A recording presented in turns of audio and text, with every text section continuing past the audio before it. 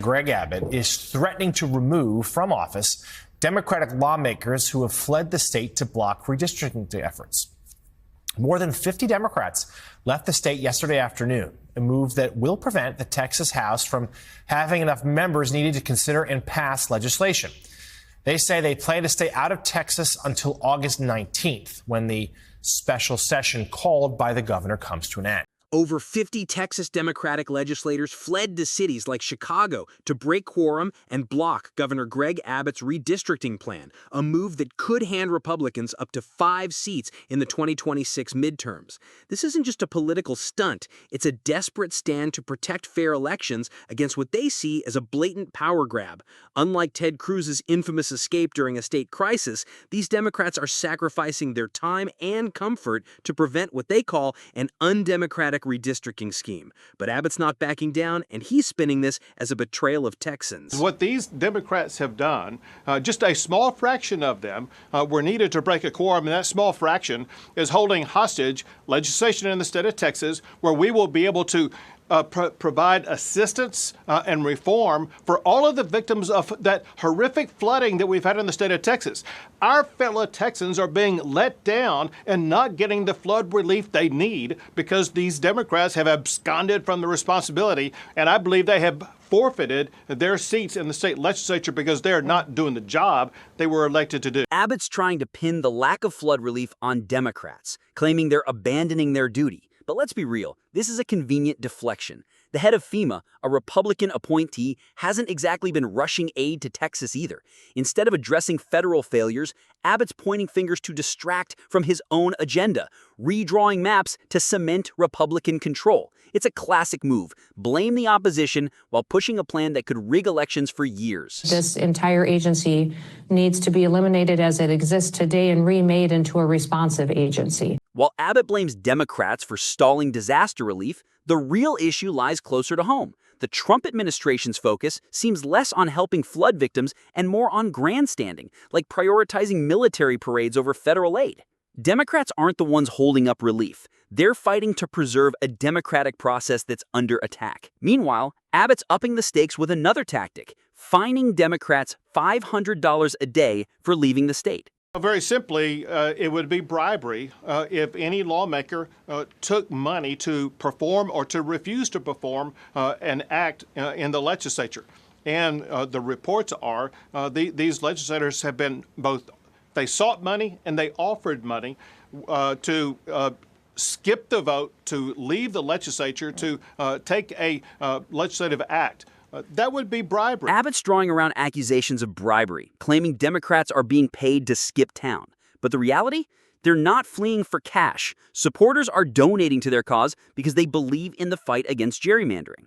If Abbott wants to talk corruption, he might want to look at his own party's history, like the $2 million Trump campaign donation from a convicted fraudster. Pot, meet kettle. This hypocrisy only underscores what's at stake, a desperate attempt to cling to power. He's a huge Republican donor, and his pardon came roughly 5 months after he and his wife donated nearly $2 million to the Trump campaign. While Abbott cries foul over alleged Democratic bribes, the Trump orbit thrives on cozy financial deals. But let's not get distracted. This is about Texas Republicans openly admitting their goal: lock in a congressional majority by any means necessary. They're not even hiding it anymore. And that's what makes this so dangerous. I am doing everything I can in my power as an elected member of the state of Texas to make sure that the state of Texas does everything in its power to make sure that Republicans hold on to a majority in the United States Congress. It's as simple as that. No sugarcoating here. Just a Texas Republican admitting the quiet part out loud. Redistricting is about securing Republican dominance, not serving Texans. This isn't about policy debates or fair representation. It's about rigging the game. And now, as the special session begins, they're escalating with a shocking move, calling for the arrest of absent Democrats.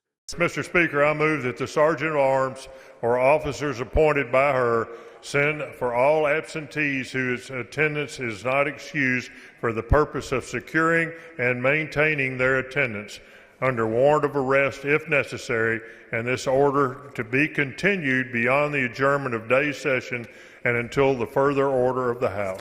Arresting colleagues for standing up to gerrymandering? That's a new low, even for Texas politics. This isn't just strong-arming, it's a direct attack on dissent. Democrats left their homes and families to take a stand, showing the country what they're willing to sacrifice to protect democracy.